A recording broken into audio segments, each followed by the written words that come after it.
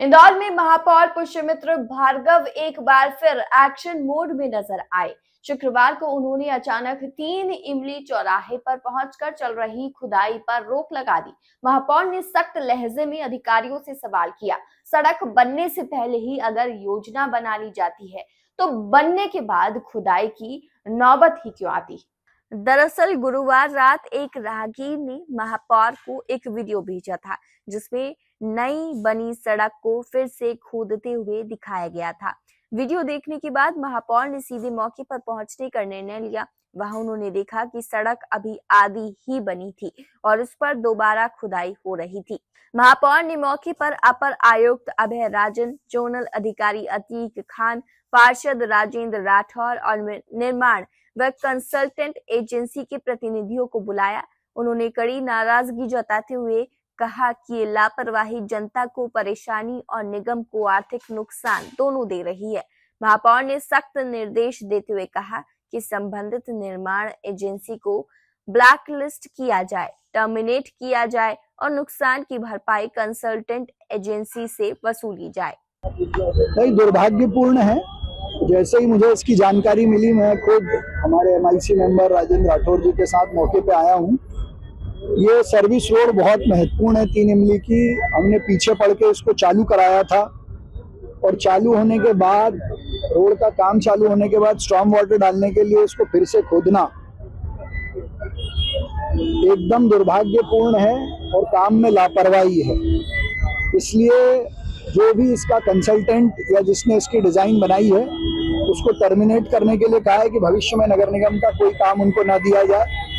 और अब ये स्टॉर्म वाटर लाइन डालनी भी जरूरी है, तो बल के ये काम 2 महीने में पूरा हो, उसके भी मैंने निर्देश दिए हैं।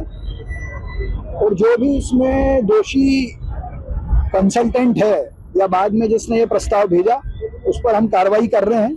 और जनता को जो तकलीफ हो रही है, तो ये सर्विस रोड तो इमली और आसपास के लोगों के लाइफलाइन है, इसको हम समय सीमा में पूरा कर देंगे। रोड बन चुका था, इसको खोदने का आदेश कर दिया गया।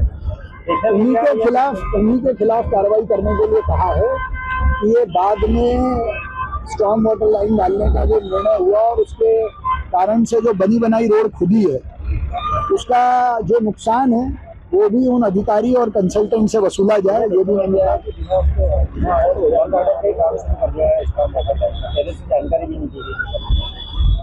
देखिए, ऐसा है कि बिना सूचना या वर्क ऑर्डर के तो काम नहीं होता है, लेकिन जोन पे कुछ फाइलें रहती हैं, उसमें से उन्होंने किया होगा।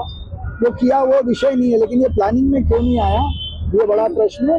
इससे कंसल्टेंट के खिलाफ कार्रवाई करने के निर्देश मैंने दिए। सर, क्या वैसे नियम की आवश्यकता महसूस होती है कि यदि कोई काम हाथ में लेते और इस तरह की गंभीर लापरवाही जिसमें सीधा सीधा भ्रष्टाचार की संभावनाओं से इनकार नहीं कर सकता, तो उसे दोषी माना जाए और उसके खिलाफ कार्रवाई? तो ये देश के प्रधानमंत्री जी ने जैसे गति शक्ति मंत्रालय बनाया है, वैसे इंदौर नगर निगम में हमने SOP जारी की हुई है कि कोई भी सड़क निर्माण का काम बिना ड्रेनेज और स्टॉर्म वाटर या पानी के विभाग की NOC के बिना ना हो, ताकि जो भी ड्रेनेज पानी के काम है वो पहले हो जाए।